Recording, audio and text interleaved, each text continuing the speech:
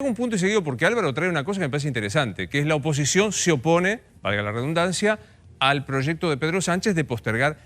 Digo, para no caer solo en el gobierno, que yo le pregunto cuál es el plan de la oposición. Por ejemplo, Cambiemos le ofreció al gobierno un plan, el radicalismo, y lo separo, Cambiemos y radicalismo porque está clarísimo. Le dijeron, ¿a alguien sabe dónde está la oposición? Mirá, tuvimos el otro día un representante de la oposición que se quejaba de que le habían pedido una audiencia al presidente y el presidente no se las había dado. Estuvo acá, claro, Cornejo, el ex gobernador de Mendoza, ahora en la Cámara de Diputados. La verdad que el gobierno tiene mucho diálogo con la oposición, pero con la oposición que gestiona. Horacio Rodríguez Larreta, los intendentes del conurbano, Morales, el gobernador de Mendoza, el gobernador de Corrientes. Pero tengo una pregunta, les hago una pregunta. ¿Dónde está Macri? Digamos, ¿es el líder de la oposición, Macri? No. No. Ok, ¿quién es el líder de la oposición? Horacio Rodríguez Larreta. Claramente. ¿Vidal? ¿Cuántos votos sacó Vidal en la provincia de Buenos Aires? Muchos, pero sabe que es un momento para estar tejiendo por debajo de la... El PRO propuso votar el Código Penal nuevo, ¿no? A raíz de todo esto. Discúlpame. La naturaleza de nuestro sistema político no tiene, ya lo hemos dicho, un jefe de la oposición. Eso pasa en España, a lo mejor, donde hay un régimen parlamentario. Pero no debería. Tenés distintos referentes. Yo creo que como dice Javi. Larreta en la ciudad de Buenos Aires está tanto más cauto que el presidente en este tema de abrir o no abrir. Es decir, le ha pedido el takeaway en la... retiro de comida en los restaurantes, le ha pedido algún comercio, una cosita de esta, la otra, pero en el tema de abrir la cuarentena, Larreta está muy firme, digamos, de que es necesario mantener la cuarentena. Gerardo Morales en Jujuy ha abierto en su provincia las actividades, pero tiene blindada la provincia en la frontera. Todo el que entra a Jujuy se tiene que quedar 14 días en cuarentena en un hotel. Hoy lo dijo. Y pagar, a sangre y fuego dijo que... Hoy yo le pregunté a Morales y él dice que el presidente está muy bien que sea, claro, porque los que no tienen casos quieren que Capital y Gran Buenos Aires siga haciendo cuarentena porque temen que en cualquier momento se abra y se... Pero yo tengo una pregunta. Digo, más allá de que es momento para estar por lo bajo en la mezquindad de la política, quiero decir. María Eugenia Vidal, que gobernó 4 años.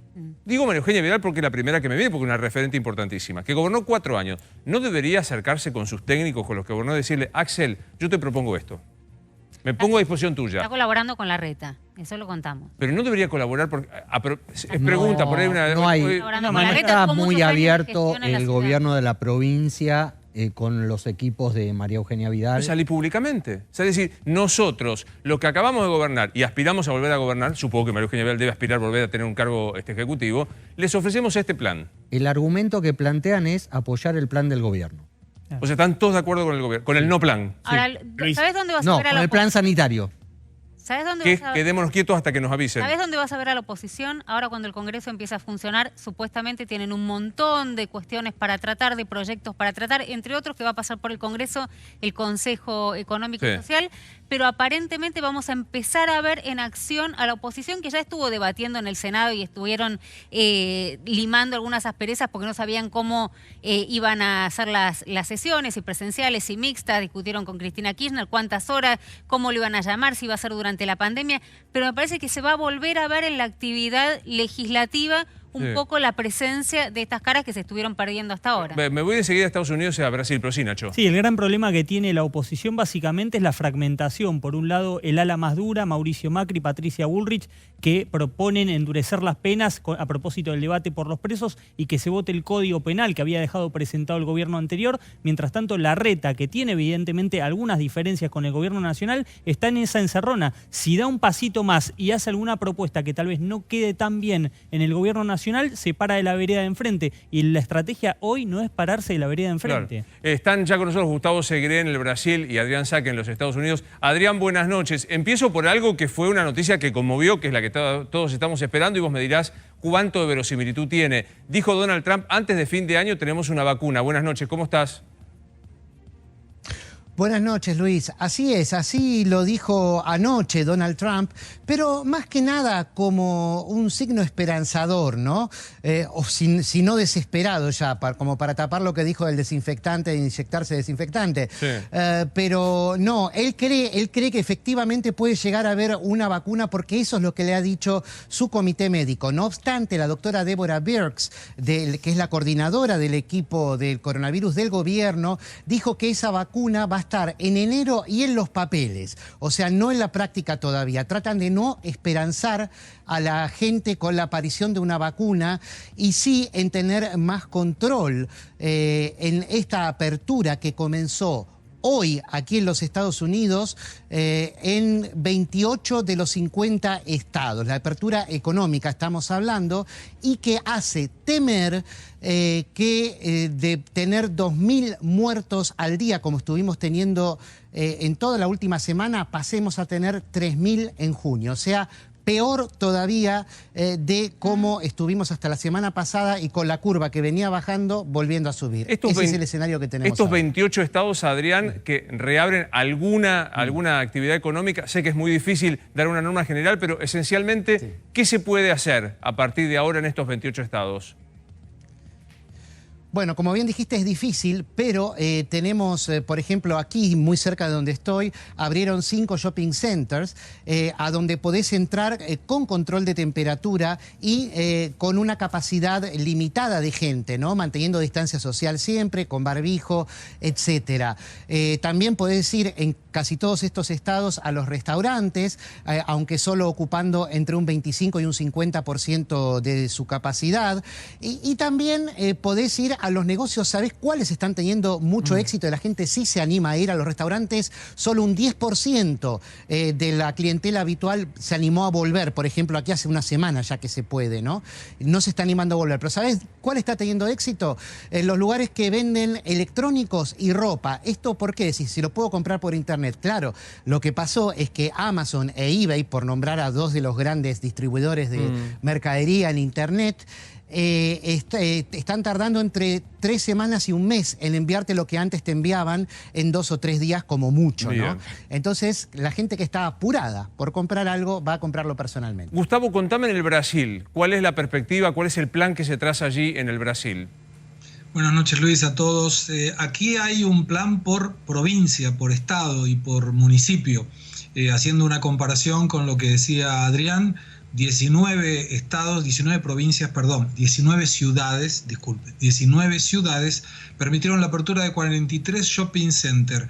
Están dividiendo el inicio de actividades o el retorno a las actividades en función de la cantidad de contagios que tiene cada una de las ciudades y cada una de las provincias.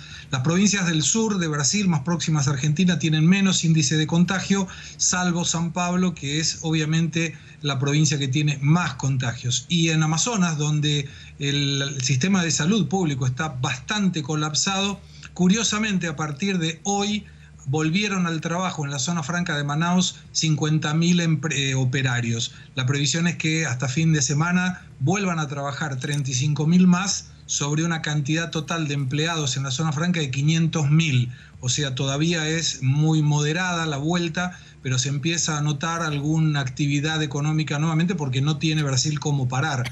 En San Pablo, la cantidad de personas que están aceptando y respetando el aislamiento social es del 56%. Esto quiere decir que 44% de la gente está saliendo a la calle en búsqueda de alguna actividad económica. Y lo más curioso, en uno de los barrios más complicados, que son barrios carenciados en la ciudad de San Pablo, el intendente Bruno Covas intentó poner un poco de complicación para la gente que salía de sus casas y bloqueó alguna avenida. Esto fue un caos, generó un congestionamiento de 11 kilómetros de distancia, algo bastante penoso. Gustavo, muchas gracias. Adrián, gracias. También a Álvaro en Madrid y Asunta en Italia. Me voy a sentar a hablar con el doctor Pollack. ¿Cuánto cerró hoy el dólar, no el fideo, el dólar de verdad? El que hoy no está controlado es el dólar paralelo que cerró a 121. Y el que están controlando son los alternativos, el dólar de bolsa y el dólar contado con liquidación, que se cerró alrededor de 110. Luis, solamente lo que te quería decir es lo siguiente. Hay un derrumbe de la economía que es similar a la del 2002 en muchos sectores, con una caída de actividad del 50 al 70% de sectores que ya venían de 2 años de recesión. Y hay una asistencia económica por parte del Estado que se pone a prueba a partir del día de hoy. Para que te des una idea, hay 1.300.000 monotributistas y autónomos que están pidiendo los créditos a tasa cero. Hoy se entregaron 80.000 de esos créditos en la página de la AFIP. Y el Estado tiene que pagar en las próximas 2 semanas, esta y la otra, 3 millones de salarios en blanco en empresas privadas que el 50% lo paga el Estado. Hasta ahora van aprobando 1.300.000 salarios. Vamos a ver cuántos pagan en los próximos días. Bien. Es fundamental que eso llegue a la gente. Ahora, después está la discusión, y en todo caso eso te da el pie para Pollack, es cuánto podés sostener este esquema económico. El Estado argentino emitió en los últimos 2 meses, con la emisión que hubo la semana pasada, 560.000 millones de pesos del Banco Central para financiar al Tesoro. Eso no puede mantenerse 4 o 5 meses más. Eso puede mantenerse en mayo, tal vez se puede mantener en junio y después no se puede mantener más, porque si no explotan el dólar, explota la inflación. Entonces estás en una encerrona. ¿Cómo seguís la cuarentena? Porque la munición económica se está acabando.